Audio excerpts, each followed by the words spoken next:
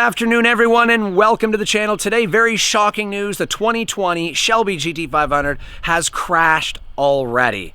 First, I'm going to go ahead and fire up the red eye, going to get inside. Then we're going to talk about exactly what's happened. Don't you think the car looks great in the sunlight? I just love the F8 green. Mustangs are really notorious for hitting people and crashing. And you don't see that with Hellcat Chargers or Challengers or Demons or anything like that. In fact, you don't even really see it with Camaros. I don't know why. It's just a Mustang thing.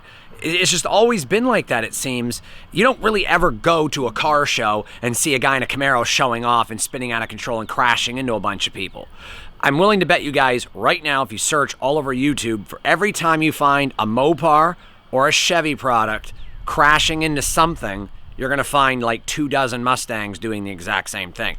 There is just so many Mustangs crashing. You type Mustang crashes into people on YouTube, you'll be there for 8 months watching clips over and over, and you'll never see the same clip twice. There's so many of them. Now you've got the 2020 GT500 that is being driven by a tester who works for Ford most likely, and it's already wrecked into a friggin' fence and crashed and lost its wheel and broke the axle off, and the bumper's flying off. Like, it's just so crazy. Like, I really just at a loss of words here. I'm gonna go ahead and cold start the red eye, then we'll continue talking about that. I really love this beast, and it looks great in the sunlight. I really prefer the red eye key over the Hellcat key. Instead of having the chrome, it's black chrome, and then you can see the red eye on the Hellcat. It's really cool. I really love these keys.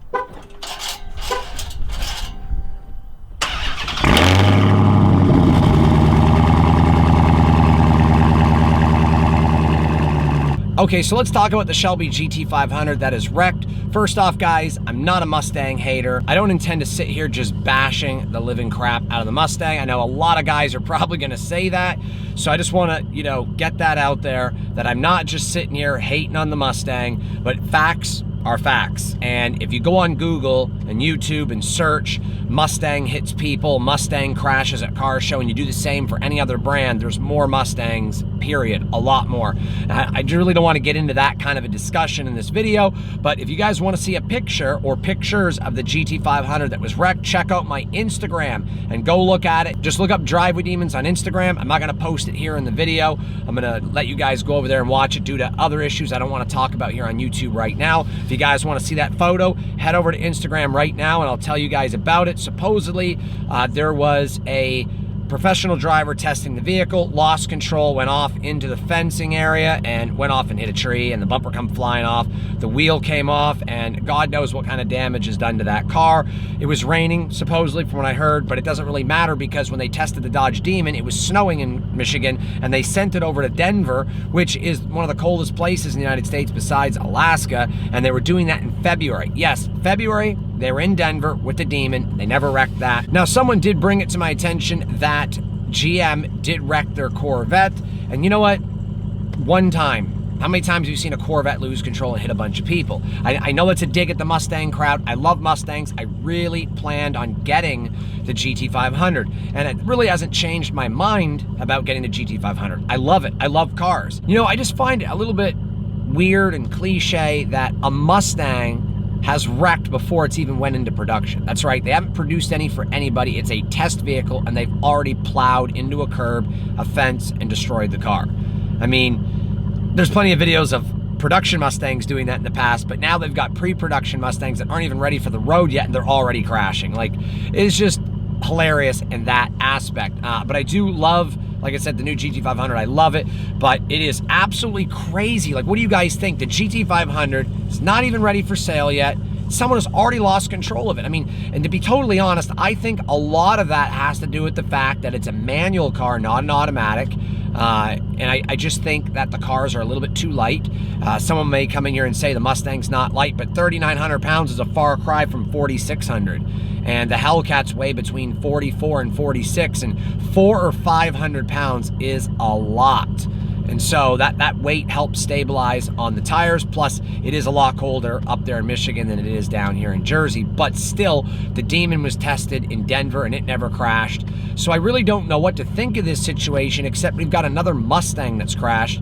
And it really isn't good for the Mustang community. With all kidding aside, just being straight serious, it really sucks that the Mustang had to crash before it's even really produced. It really is a blow to the Mustang community. There's gonna be a lot of jokes going around about it. I mean, to a degree, I think it's funny, but at the same time, it really sucks they crashed that beautiful car. I really don't understand what caused it. No one really knows, and it hasn't been explained.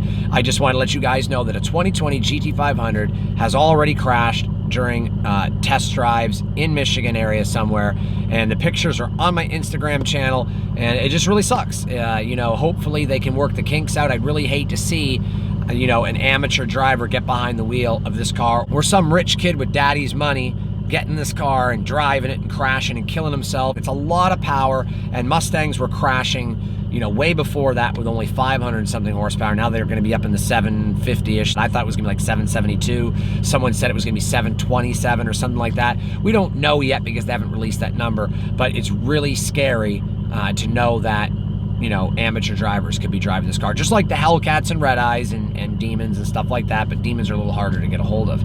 There was a couple of Hellcats that crashed a year and a half ago that were stolen. The drivers are very young, were very inexperienced. They crashed. No one was hurt that I know of. Same situation, but Mustangs tend to lose control more often. Don't know why, but it seems to be a Mustang that is always involved in some sort of crash. I love the GT500. I'm still thinking about getting one. When you're in the testing phase for vehicles, anything can go wrong. You can blow an engine, you can wreck something, pop axles, blow a transmission, you can crash, for example, you know, the GT500. So it really sucks. I'm hoping you guys enjoyed this video. I just wanted to talk about the GT500, and I wish Ford luck on this, and hopefully it's not going to get too much negative attention, which I'm sure is already happening. But I really am looking at getting the GT500. I'll be able to justify getting the GT500 if I can get to 75,000 subscribers before it comes out. So be sure to share this channel. If you're stopping in for the first time, go ahead and subscribe, thumbs up, comment below.